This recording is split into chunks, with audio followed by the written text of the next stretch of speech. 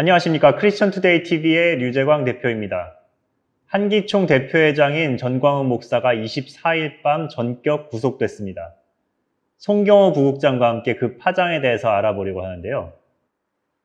먼저 전광훈 목사가 주도하고 있는 광화문 집회는 어떻게 됩니까?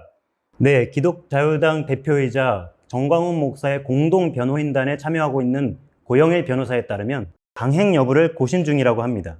그는 오늘 2월 29일로 예정된 3.1절 집회와 관련 원래 전광훈 목사님이 구속되지 않는다면 3.1절 집회를 강행할 의도는 별로 없었다며, 그러나 그를 구속시킨 것은 집회를 강제로 막는 것이기에 집회를 하지 않으면 굴복하는 모양새가 되어버릴 수 있어서 복잡해졌다고 했습니다.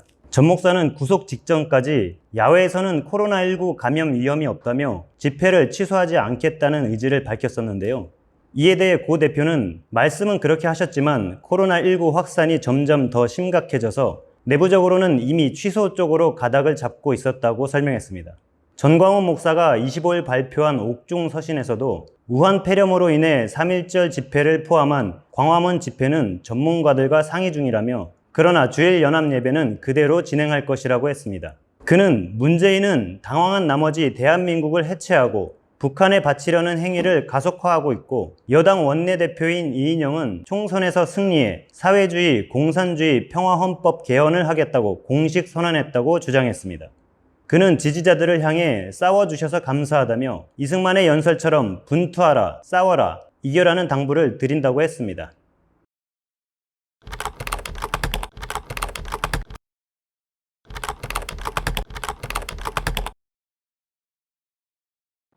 한교연, 즉 한국교회연합과의 통합 전망은 어떻습니까?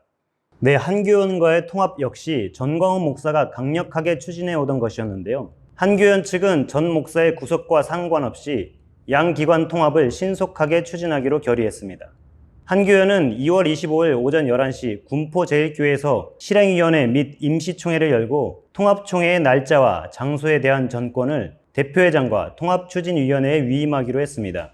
단, 지난 2월 21일 권태진 목사와 전광훈 목사가 만나 통합총회 시기를 2월 27일로 합의했으나 이는 시일이 너무 급박한 만큼 다소 지연될 전망입니다. 전날 전광훈 목사가 구속됨에 따라 이날 회의에서는 그동안 급물살을 탔던 양 기관 통합이 큰 차질을 빚지 않을까 하는 우려가 컸고, 이날 임시총회에서는 현 상황에서 통합을 급하게 추진할 필요가 있느냐는 신중론도 제기됐습니다.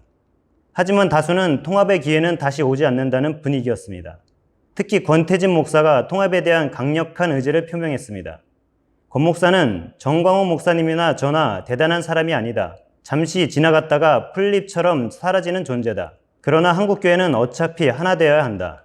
누가 구속됐다고 해서 영향받을 사안이 아니다. 10년, 20년을 크게 보며 뚜벅뚜벅 걸어가야 한다고 말했습니다. 권 목사는 가까이만 보면 통합을 할 수 없다. 우선 통합을 해놓고 새로운 지도자가 나와서 이끌면 더욱 좋은 것이다. 총선을 두고 합치고자 하는 것도 아니다. 큰 틀에서 생각해 달라고 당부했고, 실행위원들은 통합 추진위를 중심으로 빠르게 추진하자는 데 동의를 표했습니다. 전광훈 목사 측에서는 이번 구속에 대해 어떻게 대응할 방침입니까? 네, 기독자유당 고영일 대표는 매수 행위 이외에는 선거법 위반으로 구속된 사례가 없다며 구속 적부심을 준비하고 있다고 밝혔습니다. 고 대표는 전날 법원 앞에서 열린 전광훈 목사 불구속 집회 도중 구속 사실이 전해지자 그 부당성에 대해 지적했습니다.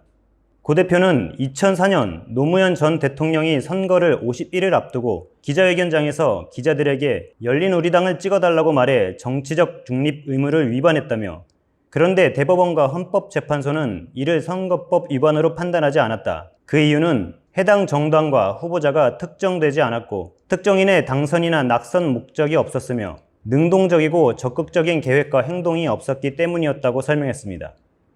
이어 전광훈 목사의 사례 경우 우파를 중심으로 뭉쳐서 우파가 4.15 총선에서 200석 이상 차지해야 한다는 취지의 발언을 했을 뿐이며, 이는 선거까지 85일이나 남은 시점이라고 했습니다. 고 대표는 전 목사의 발언을 선거법 위반이라고 판단한 것은 해당 발언이 기독자유당 혹은 자유한국당 황교안 대표나 김진태 의원을 지칭한다고 본 것이라며, 그러나 정작 자유한국당은 해체돼 미래통합당이 됐고 황교안 대표의 종로 출마는 전 목사의 해당 발언 이후이며, 기독자유당을 포함한 어떤 정당도 아직 비례대표 후보를 지정하지 못한 상태다. 따라서 전 목사가 어떤 후보자의 당락을 위해 행동했다는 건 말도 안 된다고 했습니다. 네, 오늘은 여기까지 보도록 하겠습니다. 감사합니다.